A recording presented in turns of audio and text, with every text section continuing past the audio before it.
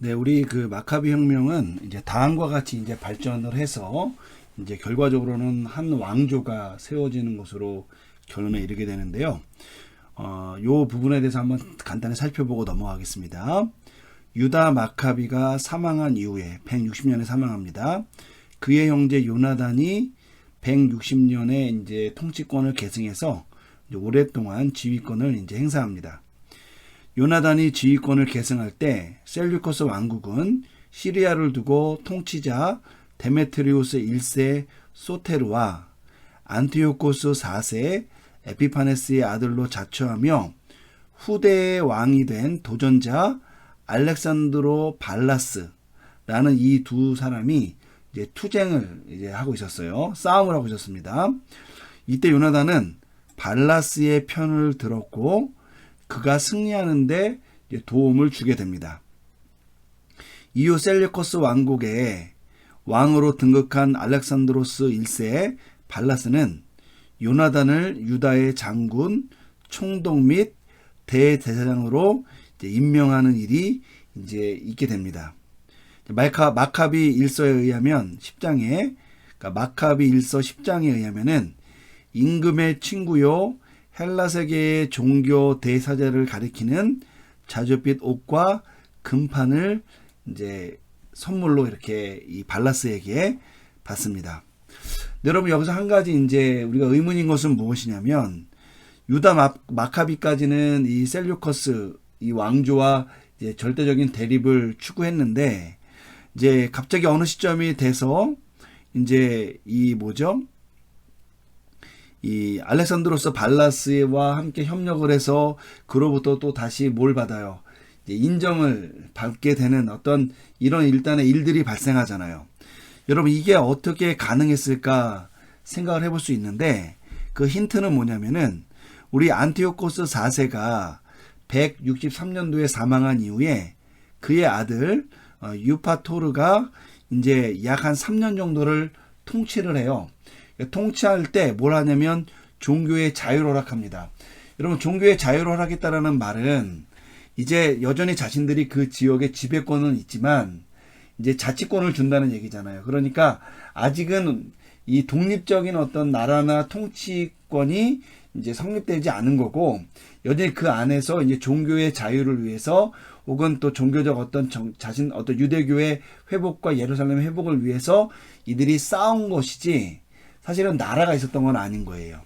그러다 보니까 이제 이 셀류커스 왕조의 그 왕국의 어떤 권력 투쟁이 일어나니까 당연히 이제 이 중에서 이제 어떤 편을 선택을 해야 현재 지금 자기들이 성취한 이 종교의 자유를 이제 끝까지 유지할 수 있을까 고민할 수밖에 없었다는 것이죠. 그때 이제 이 요나단이라는 이 지휘자가 이제 그 경쟁자 중에 하나인 발라스를 이제 도왔고 결국 이 발라스가 왕이 되면서 이제 이 알렉산드로스 1세 발라스 셀류커스 왕이 이제 이 요나단에게 혹은 또 더 나아가서는 이 유대 지역에게 이제 소위 말하면은 이 호혜를 크게 베풀게 됐다. 그 내용이 되는 겁니다. 셀류커스 왕 데메트리우스 1세 소테르가 전쟁에서 사망한 이후에 그의 아들 데메트리우스 2세 니카토르 이분은 이제 주전 145년부터 138년 그리고 중간에 약간 왕위를 빼앗겼다가 129년부터 127년까지 통치했는데 이 니카토르가 알렉산드로스 1세 발라스를 물리쳤지만 요나단은 경험 없는 왕과 대적하여 다시 대제사장으로 확정을 받고 또한 남부 사마리아의 세 지역까지 통치하게 되는 그런 이제 이 통치권을 이제 얻게 됩니다. 이후에 알렉산드로스 1세 발라스의 장군인 후대의 왕이 되는 디오도로스 트리폰 이분은 주전 140년에서 138년까지 이제 권력을 행사했는데요. 이 트리폰이 안티오코스 6세 디오니소스를 왕으로 이제 옹립하게 되는데 이때 트리폰이 스스로를 유대 사회의 종교적 우두머리로 세운 요나단과 그 자신이 군대 장관으로 임명한 요나단의 형 시몬과 이제 결탁을 하게 되는 일이 발생합니다. 그런데 이러던 중에 요나단이 너무나 이렇게 잘 이렇게 나가니까 요나단의 성공을 두려워해서 이제 그를 제거해 버리게 되는, 그래서 요나단이 이제 장기간 동안 통치권을 유지하다가 결과적으로는 이 그 셀류커스 왕조의 어떤 후대의 왕이 되는 사람에 의해서 제거가 되는 그런 일이 발생이 됩니다. 자, 결과를 한번 보도록 하겠습니다. 요나단 시절에 그가 유대인들의 유일한 통치자요 또한 대제사장이 되면서 정치와 종교가 통합하게 되는 그런 사건이 발생합니다. 여러분, 그 이전까지는 유대교뿐만 아니라 더 나아가서 이제 이스라엘 종교에서는 절대 왕권과 이 소위 말하면 종교권이 통합되어 있지 않았다는 거 여러분이 꼭 아셔야 됩니다. 여러분, 사울이 사무엘에게 엄청난 질책을 받잖아요. 근데 그 이유가 뭐냐면은 예배 제사 드리는 것을 기다려야 되는데 사울이 왕으로서 좀 조급해서 사무엘이 오기 전에 먼저 제사를 드리게 되는 거잖아요. 여러분, 그 일 때문에 사실은 이 사울이 왕이었지만 하나님으로부터 버림을 받게 되는 그런 계기가 되거든요. 이건 뭘 얘기하는 거냐면 하나님을 섬기는 일에 있어서 왕권이 감당해야 될 일과 대제사장을 통해서 감당되어야 될 일이 따로 있었다는 거예요. 이 두 개가 항상 분리되어 있었다는 겁니다. 그런데 이제 왕이 없었을 때에는 왕이 없으니까 뭐가 가장 주도적인 역할을 한다는 거예요. 누가? 대제사장이 주도적인 역할을 했다라는 것이죠. 그런데 요나단 시절에 이르러서는 비록 요나단이 왕은 아니었지만 이제 통치자로서의 어떤 지위를 보장받잖아요. 그래서 그 통치권과 또한 대제사장의 어떤 권한을 또 받지요. 이 대제사장의 권한을 받으면서 이제 종교와 정치가 통합되는 이런 모양새가 이제 유대 사회에서 이제 제시가 되기 시작했다는 겁니다. 그리고 나서는 이제 마카비가가 이제 통치권을 이제 장악하게 되는 일이 일어나게 되는데, 특별히 이 시몬이 죽은 이후에 누가 이제 이 왕이 이제 통치권을 이제 얻게 되냐면은 그의 아들 시몬이 이제 통치권을 얻게 됩니다. 여러분 보세요. 아까 이제 유다 마카비에서 요나단에게 왕권이 넘어갔을 때, 그러니까 통치권이 넘어갔을 때에는 형제끼리 이것을 통치권을 넘겨준 거잖아요. 근데 이것이 아들로 이어졌을 때에는 이것이 쉽게 말하면 왕가나 통치권가의 어떤 그런 소위 말하면은 혈통적인 어떤 계승이 이루어지게 된 거죠. 그러니까 이제부터는 일단의 왕조 같은 것이 성립됐다라고 볼 수가 있는 겁니다. 그래서 요나단 이후에 시몬이 그 통치권을 받는 그 시점부터를 이제 하스모니안 왕조의 설립으로 보게 되고요. 이 하스모니안 왕조는 이제 유대 고대 사회에서 마지막 왕조이면서 약 한 80년 정도 유지된 그런 왕조로 이제 기억이 되는 겁니다. 그러니까 여러분, 예수님 시절에 아까 우리가 요한복음에서 읽었던 그 내용, 당신이 그리스도이면 밝히소서라고 했던 그 이유가 뭐냐면 불과 몇 년 전이에요. 100년도 안 된 시점에 이미 그 유대 땅에 독립왕국이 있었던 거예요. 그러니까 그것을 알고 있는 많은 유대인들은 이제 로마로부터 다시 한번 독립을 원했다는 것이고, 예수님이 이 땅에 오셔서 어떤 놀라운 일들을 행하니까 그들이 예수님을 통해서 그런 정치적 독립을 추구해 보려고 했다라고 우리가 생각해 볼 수 있는 것이죠. 그런데 예수님의 나라는 이 땅에 설립되는 어떤 그런 통치권이나 제국이 아니고 하나님의 나라가 이 땅에 통치가 이루어지는 전혀 다른 방식으로 사실 하나님 나라를 세워나가기를 원하셨다는 것이죠. 그래서 그가 기꺼이 십자가에 달릴 수 있었던 것이고요.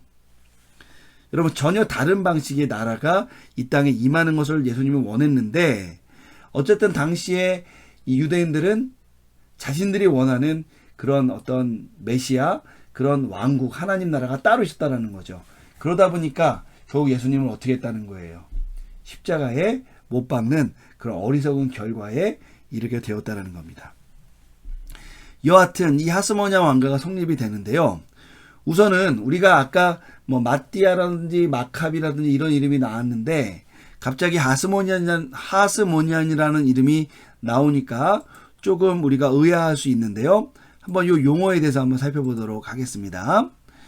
마카비가 계통의 이름인 아스모네우스 혹은 하시몬이라는 이 어떤 집안의 이름에서 아마 이 하스모니안이라는 이름이 아마 유래한 것이 아닌가라고 학자들이 추측을 하고요.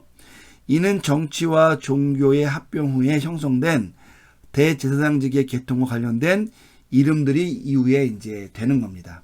그래서 이제 하스모니안 왕가는 어쨌든 마카비 그 전에 마띠아스로부터 시작된 어떤 이 혁명의 결과로 이제 이 유대 땅에 설립된 마지막 고대 왕조가 되었다라고 여러분이 아시면 되겠습니다. 하스모니안 왕가입니다. 자, 그의 첫 번째 이제 통치자는 그러니까 하스모니안 왕가의 첫 번째 통치자는 시몬이고요. 이분은 약 한 10년 조금 안 되게 통치권을 행사했습니다. 그 이후에 요한 힐카누스라는 분이 이제 나라를 통치하게 되고요. 이때에 이르러서 엄청난 이 지역을 확장하게 됩니다. 그래서 우리 오른쪽에 제가 구글에서 이제 사진 하나 찾아서 인용을 했는데요. 하스모니안 왕가의 이 통치 범위가 이 위쪽부터 이 아래쪽까지 여러분 엄청난 영역. 여러분 유다 땅은 여기만 유다 땅이에요. 그러니까 이 갈릴리 지역까지 이르는 그 북쪽부터 이 유다 땅의 저 아래편까지 이르는 지역까지 사실은 통치 영역을 넓혔는데 학자들은 이 통치 영역이 어느 때와 유사하다고 보냐면은 솔로몬 왕국 시대의 통치 영역과 유사하다라고 얘기합니다. 그러니까 여러분 이 당시에 시몬과 요한 힐카누스 시대, 특별히 힐카누스 시대에 이르러서 이 하스모니안 왕가가 엄청난 이 통치 영역을 확장하면서 사실은 유대인들의 마음속에 커다란 감동과 어떤 기대를 줬을 것이라고 우리가 볼 수 있고요. 불과 이제 7, 80년 후에 이제 이 나라를 이제 얼마 있지 않아서 빼앗기면서 다시 예수님 시대에 이르러서는 로마의 어떤 속국에 들어가 있었잖아요.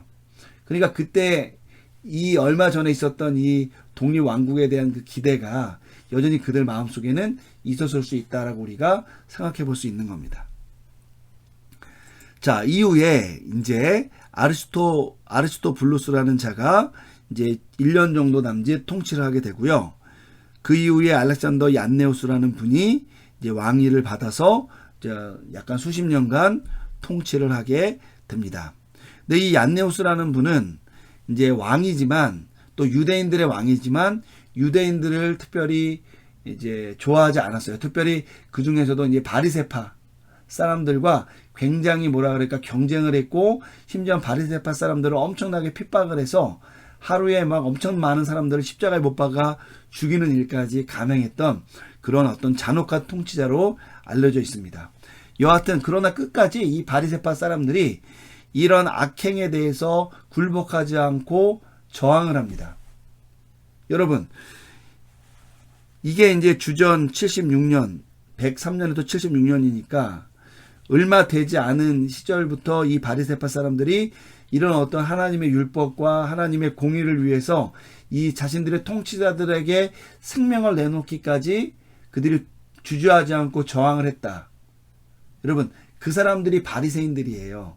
그러니 여러분 예수님 시대에 예수님이 바리새파와 경쟁했다라는 그 말, 바리새인들과 막 토론하고 그들을 막 징계하고 그들을 질책하고 했던 이 일이 여러분 바리새파 사람들이 멍청하고 아둔하고 이래서 여러분 예수님이 막 가르쳐주고 한 수 가르쳐준 게 아니라 오히려 반대 상황이었던 거예요. 성경에는 예수님의 가르침과 예수님의 사역이 중점적으로 묘사가 되어 있기 때문에 바리새인들은 어리석고 진리를 깨닫지 못하는 멍충이처럼 묘사가 되어 있지만 1세기 당시에 이 바리새인들의 이 위세는 심지어 그 당시에 통치자들도 그 사람들이 갖고 있었던 그 열심과 그 사람들의 그 견공과 그 결단을 두려워했을 정도라는 거예요. 여러분 사도 바울이 빌립보서에서 자신이 바리새인 중에 바리새인이라고 소개를 하잖아요. 여러분 바리새인이 단순한 멍충이들이고 어리석은 자들이었다면 바울이 자신의 적대자들에게 자신이 누군지를 소개하면서 자신이 바리새인 중에 바리새인이었다 얘기했던 이유가 뭐겠어요? 당시에 이 바리새인이라는 사람들은 종교의 지도자들, 그러니까 일반 평신도 출신들이었지만 종교의 지도자들이었을 뿐만 아니라 더 나아가서 많은 존경과 많은 어떤 제자들이나 이런 사람들을 이끌던 그런 스승이었다는 거예요. 예수님께서 있잖아요. 그 수많은 바리새인들과 함께 하나님의 나라가 무엇이고 진리가 무엇이고 진정 율법의 의미가 무엇인지를 그들과 함께 대면해서 예수님이 하나님 나라의 복음을 그들에게 전했다라는 겁니다. 여러분, 제자들이 당연히 두려워할 만했겠어요? 안 두려워할 만했겠어요? 여러분, 당연히 제자들은 두려워할 만했고요. 결국은 이 바리새인들이 예수님을 설득할 수 없고 자신들이 예수님을 용납할 수 없는 순간이 되었을 때 결국 어떻게 했습니까?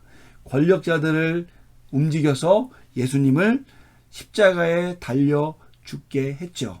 여러분, 당시의 십자가는 뭐냐면은 정치범이 달리는 그곳이 십자가예요.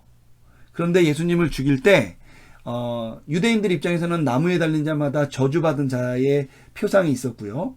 그리고 당시에 이제 정치 문화적으로는 십자가는 정치범을 나타내는 거니까 유대인들이 당시에 이 빌라도 통치자들을 이렇게 압력을 넣고 자신의 백성들을 선동해서 유대인들에게는 예수님이 저주받은 자 이단이라는 낙인을 찍고 로마 사람들에게는 예수님이 정치범이라고 함으로써 자신들의 어떤 그 권력을 지키려는 이런 여러분 굉장히 포괄적이고 굉장히 철저한 이 계획 가운데서 예수님을 십자가에 못 박히게 했던 거예요. 여러분, 이게 바로 당시에 예수님이 만나서 질책하고 그들과 논쟁하고 그들을 바로 세우려고 때로는 노력도 하시고 때로는 그들에게 엄청난 이 경고의 메시지를 전했던 그 바리새인들의 모습이에요. 여러분, 우리가 바리새인들에 대해서 이런 역사나 또 그런 주변적인 내용을 모르면 우리가 흔히 그냥 야, 너 그런 바리새인이야 라고 얘기하는 것처럼 그냥 희화화된 어떤 그런 존재로 바리새인들을 언급할 수 있다는 거죠. 그러면 여러분, 분명히 놓치게 되는 것이 무엇이냐면 예수님께서 어떠한 존재들을 만나 하나님 나라를 선포했는지에 대한 그 비중과 그 복음의 무게를 우리가 정확히 알 수가 없다라는 거예요. 여러분, 바리새인들이 바로 이러한 존재였다는 것만 여러분들이 염두에 두시면은 우리가 요 내용에 있어서 충분히 배워야 될 부분도 우리가 배운 것이라고 볼 수가 있습니다. 어쨌든 이 얀네우스 시절에 이 얀네우스는 자신의 통치권을 확립하고 자신의 반대자들을 억압하기 위해서 바리새인들을 엄청나게 많은 수의 바리새인들을 하루아침에 십자가에 못 박아서 죽여버린 그런 어떤 되게 잔혹한 왕이었다는 거 여러분들 염두에 두시면 좋을 것 같습니다. 자, 얀네우스 이후에 이제 살로메 알렉산드라는 분이 이제 통치권을 계승하는데요. 이 살로메 알렉산드라는 누구냐면은 우리 얀네우스 왕, 우리 직전의 왕의 이제 아내입니다. 이 분이 이제 왕위를 계승하면서 자신의 장남인 힐카누스 2세, 여기 보면 힐카누스 2세가 있죠. 요 힐카누스 2세를 이제 대제사장으로 임명을 합니다. 근데 이제 이 얀네우스가 죽으면서요, 살로메 알렉산드라에게 뭐를 얘기하냐면은 바리새인들과 평화롭게 지내라고 얘기해요. 당신은 정작 왕권을 위해서 바리새인들 하루에 수천 명씩 죽이는 일을 자행했음에도 불구하고 결과적으로 바리새파의 어떤 도움이 없으면 왕권이 유지될 수 없다는 걸 알고 있었던 것이죠. 그래서 이제 결과적으로는 이 살로메 알렉산드라는 이 왕의 유지를 받들어서 결국은 바리새파랑 화해를 하게 됩니다. 자, 그런데 이렇게 이제 화해를 하고 나니까 이제 다른 파에 속했던 사람들에서 또 이제 이론이 나오게 된 거죠. 그 이론을 제기했던 사람이 누구냐면 바로 요 아리스토블루스예요. 여러분 이 아리스토블루스는 사두개파에 속했던 사람입니다. 여러분 우리가 흔히 신약성경에 보면은 바리새파, 사두개파 이렇게 등장하잖아요. 사두개파는 이제 귀족, 그러니까 제사장 계열의 귀족 통치자들을 얘기하는 거고, 이제 바리새파는 평신도들 중에서 있는 어떤 그런 지도자들을 얘기하는 거예요. 그러니까 힐카누스 이사는 어떤 파에 속했냐면 바리새파 쪽에 가는 거고, 이거는 이제 왜 그러냐면 이제 어머니 이 살로메에 의해서 이제 바리새파와 손을 잡게 된 거고, 그런데 사두개파의 세력에서는 이 바리새파로 기울어지는 이 모습을 동의하지 않았다는 겁니다. 그래서 어떤 일이 발생하게 되냐면 이제 결과적으로 이 아리스토블루스라는 이 사람이 결과적으로는 이제 전쟁을 일으키게 됩니다. 그래서 전쟁을 일으켜서 이제 이 힐카누스 2세가 마땅히 살로메 알렉산드로로부터 이제 왕권의 위임을 받아야 되는데 이 아리스토블루스 2세가 그 권한을 잡고 이제 일단 몇 년간의 기간을 이제 통치하게 되는 것이죠. 이렇게 통치하게 됐을 때 이제 나중에 우리 등장하는 이제 사람인데 여러분 안티파터라는 사람이 있어요. 우리 이제 아마 다음 주에 아마 배우게 될 텐데 다음번에 배우게 될 텐데 안티파터라는 사람이 이제 이 사람은 어떤 왕권이나 이런 걸 지닌 사람은 아닌데 당시에 이제 실력자였습니다. 이두메 지역의 실력자였는데 이 사람이 힐카누스에게 뭐라고 얘기하냐면 다른 나라로 좀 피해가 있어라 얘기합니다. 그래서 힐카누스 2세가 다른 나라로 이제 피해갑니다.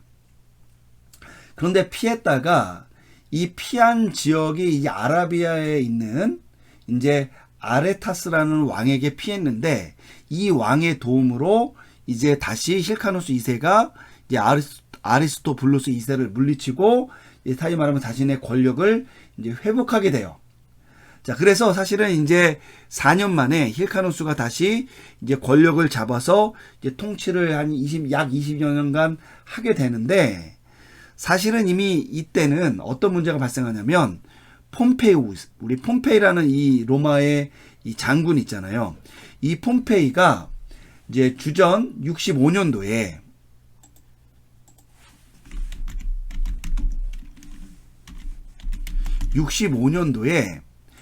이 군대를 이끌고 팔레스타인으로 이미 진군을 합니다. 그러니까 여러분 힐카누스 2세가 이제 왕권을 회복한 건 63년인데 그보다 2년 전에 앞서서 이제 아리스토블루스와 이제 전쟁을 치르고 이렇게 할 때, 그죠? 이미 이 폼페이가 자신의 군대를 이끌고 이미 팔레스타인 땅에 들어온 거예요.